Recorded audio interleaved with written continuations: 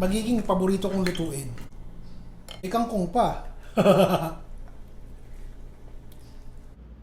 Konting giniling na baka lang po ilalagay natin o kaya naman gusto nyo tokwa. Bukod po sa karning baka, ito ihalilin nyo.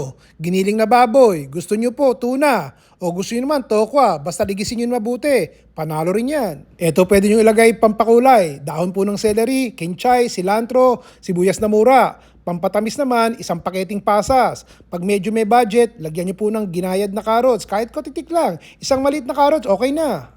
O pagkatapos, lagyan nyo po ng konting bawang.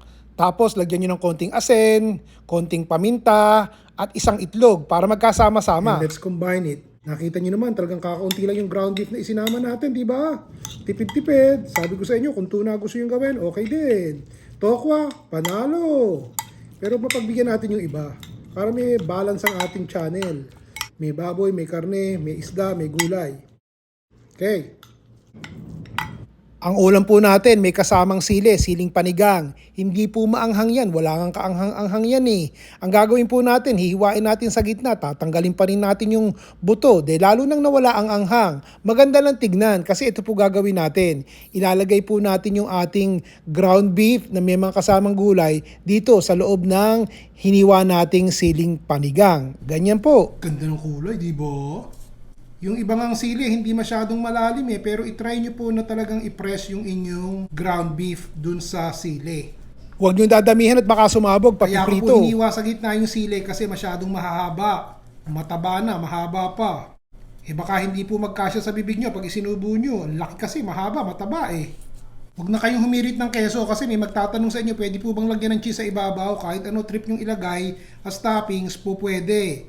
Kaya lang, tipid-tipid tayo. Kaya nga, 100 grams lang ng ground beef ang inilagay, di po ba?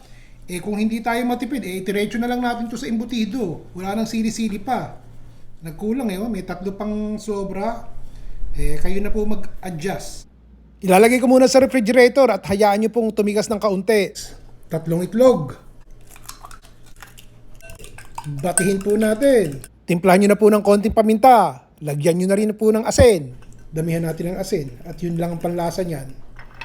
Pagkatapos po, dahan-dahan natin lagyan ng harina. 1/2 cup ng harina po ang inilagay ko pero dahan-dahan kong inilagay para tuluyang matunaw yung harina dito sa itlog habang hinahalo po natin.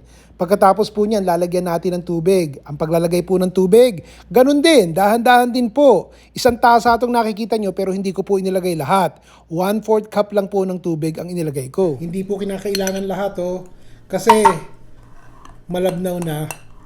Kailangan nyo po ng 1 tasang mumo ng pandesal, breadcrumbs. Pagkatapos, ito gagawin natin. Ilulubog po natin yung ating relyenong sili dito sa ating itlog at saka sa harina. Pagkatapos, ilulubalog po natin dito sa ating pandesal na mumu o kaya breadcrumbs o kaya diniktik na biskotso. Tsaka natin ipiprito sa mainit na mantika. Siguraduhin nyo po na mainit ang mantika. Paulit-ulit nyong gawin hanggang sa maubos po ang ating relyenong sili at maiprito silang lahat.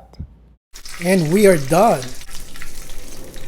O tignan nyo, luto ang loob O ito na po ang sarsa. Painit po tayo ng mantika, 3 kutsara. Lagyan po natin ng maraming bawang, 5 piraso ng bawang. Gisahin po natin yan. Timplahan nyo po ng 2 kutsara ng toyo. Kung maalat kayong kumain, dagdagan nyo po. Pagkatapos, lagyan nyo ng 1 maliit na lata ng tomato sauce. At kung gusto nyo sabawan, lagyan nyo po ng tubig. Ang inilagay ko, kalahating tasa lang po ng tubig. Ayos na sa akin to.